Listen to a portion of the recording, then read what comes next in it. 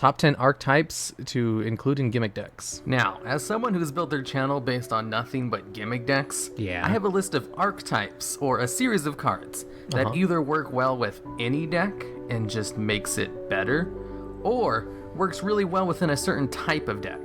Now, when I splash in other archetypes into my decks, I have to make sure the archetype doesn't overshadow the deck I'm actually trying to play. Like DPE. So these are only archetypes that purely complement other decks and are not just cards that are good in anything, like Grinder Golem or Brilliant Fusion. Oh, those cards haven't been banned And number yet. 10, we've got Nimble Frogs. Nimble Frogs. If you're building any kind of deck that needs tribute fodder, Nimble Frogs is the way to go. They can easily get out a full board of monsters to tribute for anything. The intro's longer than 30 seconds Whenever because I it's my run first God card video. decks, I usually use this engine, or just This video's so anything that extra. requires more than 2 tributes. And what makes them more usable than, say, the Squire Monarch cards for tribute fodder It's not. is that Nimbles and Frogs don't lock you out of your extra deck. Oh. In fact, they don't really have any kind of restrictions on their swarm capabilities. Plus, they have Oh. access to some really good XYZ boss monsters and Miss Starboy to further any Link plays. One of the few archetypes I can still use no problem with my tribute-focused decks after the addition of Link monsters. At number 9, we've got Phantasm Spiral. What kind of forgot. deck does this archetype support? Pretty much anything with normal XYZs. monsters. Phantasm Spirals allows access to Phantasm Spiral Battle, Uh-huh. which just straight up allows you to destroy one card on the field during either player's turn, and can be cast from the hand and searched out during your opponent's turn. The fact that you also Ooh. sometimes get free tokens and another trap card to negate Jerry effects Beans, man. is just a bonus. But the engine does have some heavy limitations and only really works with pure normal monsters to an extent. So it's kind of low on the list. Yeah. At number 8, we've got Wind Witches. Ooh, Wind What Witch. kind of archetype does this support? Pretty much anything that doesn't rely on extra deck summoning. Wind Witches used to be a lot more splashable back before Link monsters were a thing, but they're still powerful and nearly just as splashable. You see, the power behind Why do Wind you talk Witches so slow? is their Do I still ability to talk be a this slow? one-card Crystal Wing Synchro Dragon without using your normal summon. And Crystal Wing Synchro Dragon is an amazing card that negates Man, pretty much all monster imagine effects and can win you actually adding gameplay footage to the top 10s. That takes so long. games on his own. So what makes this not as splashable anymore?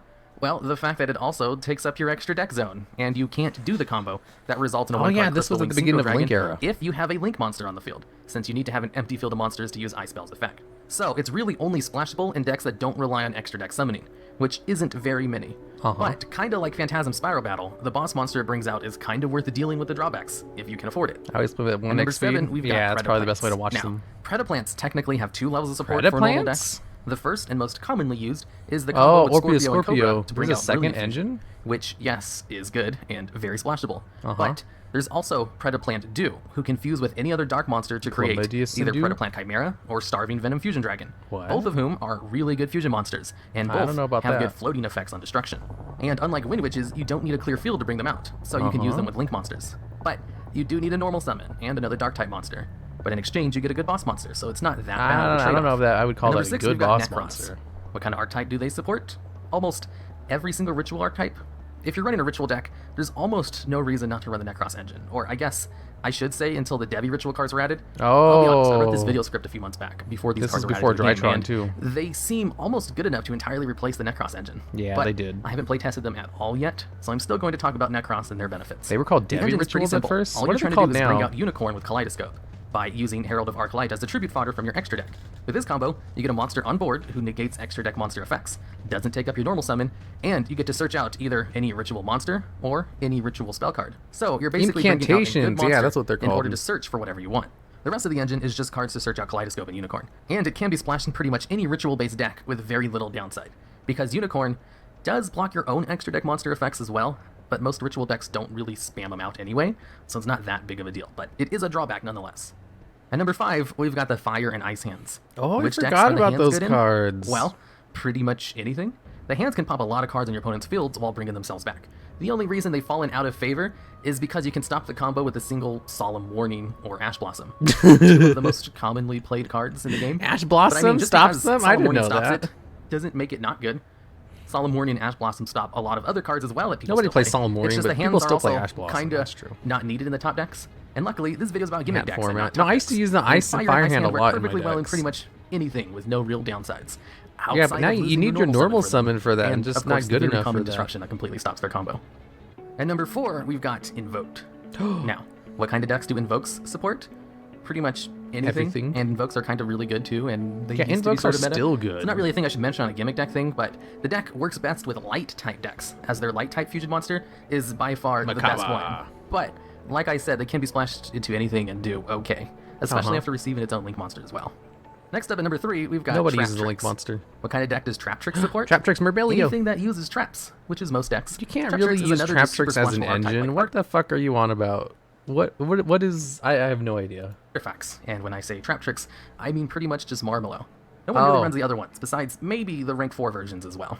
Marmallow allows you to search out trap hole cards on summon, and pop back row on special summons. Yeah. And since there are a lot of really good trap hole cards, that's a pretty darn good effect. Although, It's basically with the hat popularity format. of the Solemn Brigade and just hand traps in general over trap cards, Yeah. Marmallow has kind of fallen out of favor, as most decks don't really run trap hole cards anymore. Yeah. But those trap hole cards are still good, and very splashable in gimmick decks.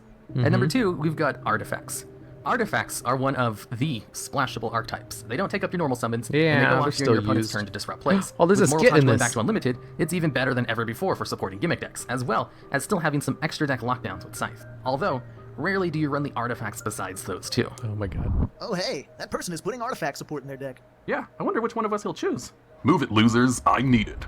Moral Touch, you never know. He might pick us this time. Yeah, right. When was the last time any of you nobodies was put into a deck? Hey, I was put into a side deck last week. It's Oh, please, Lancia. Lancia. You're barely even a good side deck option, at most. Come on, Scythe. It's gonna be me and you again.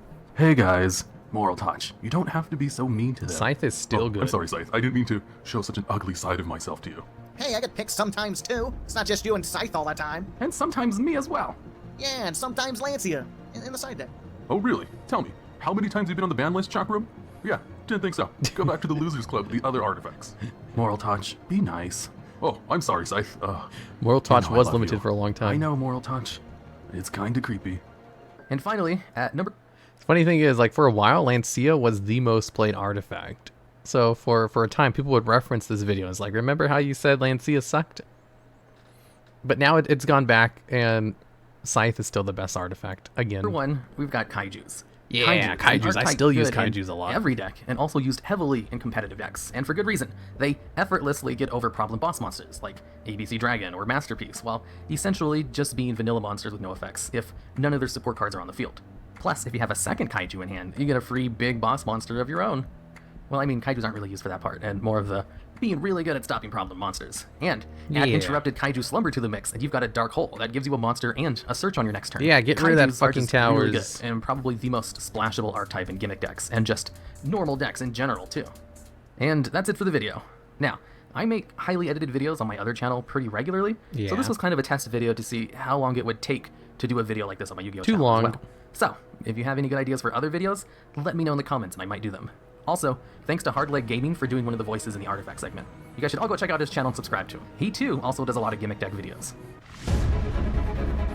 Whoa. Is Moral Touch going to come around and be less arrogant? Can't wait for his character development? Heck no.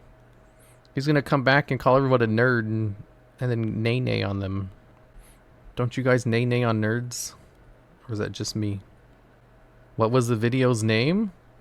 Top 10 archetypes to use in gimmick decks in Yu-Gi-Oh! The same outro? Yeah, I'm consistent. I think it was just a little bit louder than it is now. Whoa, so that was my first one. Funny thing is, this video failed. Like, it did not do well. It did terribly, and it took too long to make, and I almost quit. However, I made another one. Top 10 worst incredibly specific counter cards. It's not as well edited, but it performed so much better that it immediately became the best video on my channel after like a week. This is like the true first top 10. This is one that's created by my editor too.